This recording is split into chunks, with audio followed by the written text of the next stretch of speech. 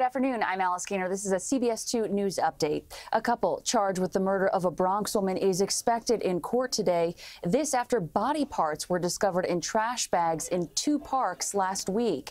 And one of the suspects claims the victim was her friend. CBS2's Janelle Burrell reports.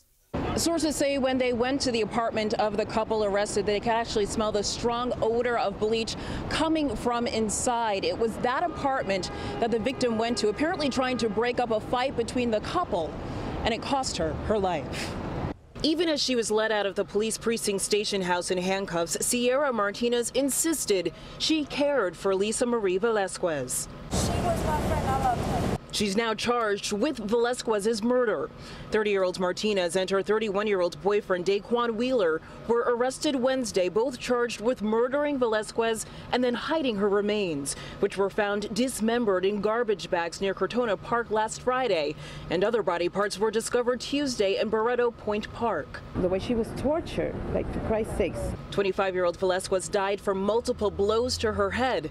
Police sources say a hammer was used to fracture her skull. The last thing my mother remembers is her coming, grabbing her bag and being in a rush, saying that she had to go help a friend that was in danger, and she ran out of the house. Police say that friend who Velasquez was trying to help was Martinez. They say Martinez and Wheeler had been arguing at their Longfellow Avenue apartment, and it was there that the women called police, filing a harassment complaint against Wheeler. Sources say Wheeler left the apartment and then came back again, arguing with his girlfriend, and at some point allegedly struck Velasquez twice with a hammer. Her family, who had reported her missing, even created posters trying to find her, not knowing where she had gone.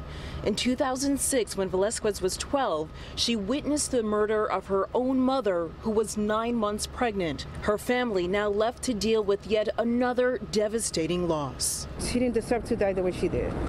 Police sources say they do not believe that Martinez helped in killing her friend, but they do believe she was involved in hiding her body parts. She and her boyfriend are now facing a long list of charges, both of them charged with murder and concealing a corpse.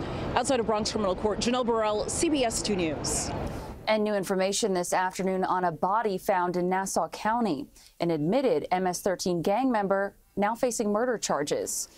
21-year-old Carlos Benitez Hernandez was arrested Wednesday after the body of what appeared to be a teenage boy was discovered buried in a shallow grave in Uniondale. Investigators believe at least 5 other MS-13 members who are already in custody for other crimes could be involved.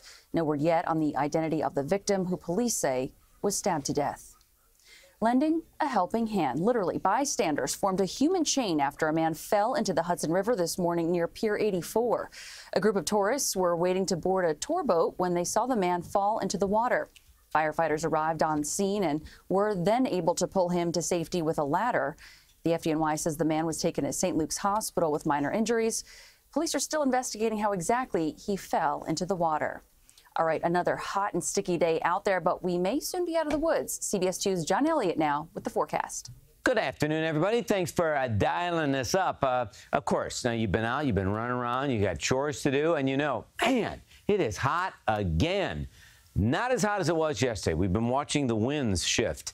A little bit of a northwest-north wind. So even though dew points are still up there, heat index value is still in the mid-90s. So that's why part of the area is under a heat advisory. But we're going to see some big changes. Here comes a front.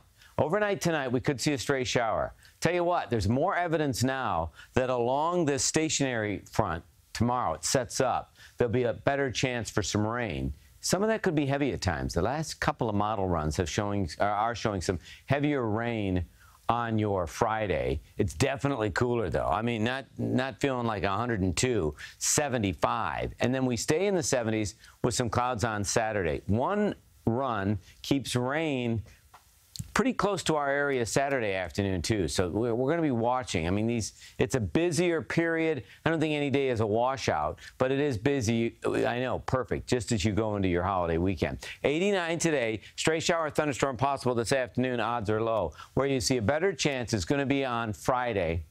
Saturday, until this morning, was looking like a nice day, but now we're going to throw in a chance.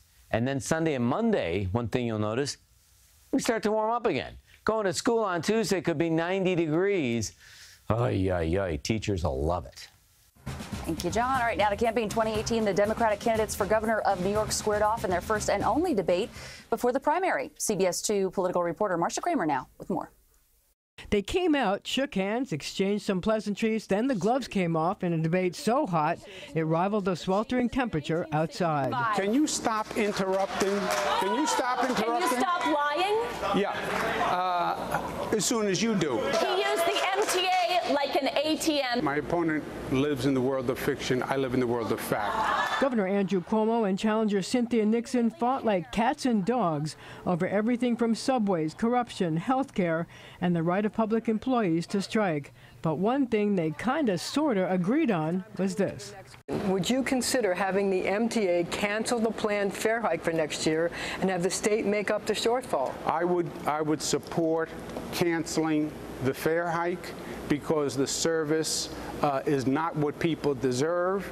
It has to be a joint funding responsibility between the city and the state. I think it's unconscionable that we're thinking that Governor Cuomo is thinking about raising fares on a system that is working so poorly. Also unconscionable, says Nixon, the exposed corruption in Governor Cuomo's administration. He shut down the Moreland Commission when it came too close to him. Then it was tit for tat. Charges that Nixon sought political favors from a politically connected friend. Cynthia Nixon called the mayor's office, asked for favors for her friends. What I asked for was for helicopters to stop flying over the Free Shakespeare in the Park. Oh, that's not a favor? Both camps tried to spin the debate as a win. We were all expecting a Tony Award-winning performance, but I think this one felt pretty flat. There was no answer on experience, which I think is the most critical issue, right? We have a president that's ravaging our communities, and this is not a time to work off a script. No one's gone toe-to-toe with Governor Cuomo one-on-one for 12 years. She went there. She didn't let him go after her when it came to her life and her policy experiences. He came here as the front runner, and he's going to leave as the front runner. She came here as relatively unknown. She's better known. Whether interrupting the governor will score points for her, whether him trying to get back at her will hurt him, that will remain to be seen. One of the few times Cuomo and Nixon agreed, neither one wants Bill de Blasio's endorsement. I'm Marcia Kramer, CBS 2 News. And to see the entire debate again from start to finish and weigh in with your reaction, head to cbsnewyork.com or our Facebook page. And it's also important to note that this year's New York State primary has been moved from Tuesday to Thursday, September 13th. Polls will be open from 6 a.m. until 9 p.m. Well, the water bill for one Nassau County park this summer shocked even the city's officials. So now they want to warn residents so that it doesn't happen to them. CBS 2's Carolyn Gussoff reports. Talk about an outrageous water bill. Nassau County officials today revealing that at this public park, a tiny little pocket park here in Lakeview with a small fountain, really just a trickle in the middle of the park, their water bill went from about $50 a month to, get this, in the month of July, $4,300 for just 1 month. The point of giving us this information today, they say if their water bills could be so incorrect, consumers need to check theirs as well. They are now auditing all of their parks. They have 60 plus accounts with American Water. All of them now are under review, and they are urging consumers to do the same. On air, online, and on Long Island, I'm Carolyn Gussoff. Well, the cost of owning a dog seems to be a bigger investment than people realize. According to a new study, most people estimate the cost to be between $25 and $75 a month.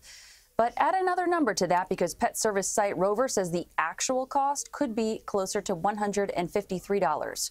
Rover surveyed 1,500 adults for the study and says the numbers vary depending on the dog. All right, preparations are underway for the West Indian Day Parade on Monday. CBS 2's John Diaz reports.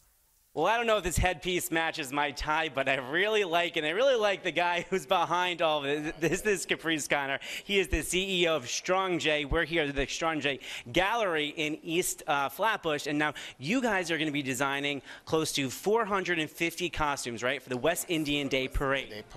Tell me a little bit about this. This is your busiest time right now, right? Actually, it's always busy for us because we do 7 countries and 4 states, so we're always making masks, but the whole demographic of it, we own our own band, So we're Strong J International going down the road. So yes, this is one of our busiest seasons. On average, how long does it take you, or how many hours would it take you? I mean, I guess it all varies, right? It's various. It all depends on each section and what's going on in the options.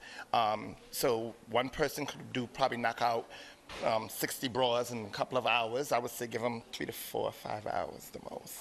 It's just something that's fun and exciting. I mean, you have to actually see us when we get together on that road. It's like life. It's just life and love, laugh.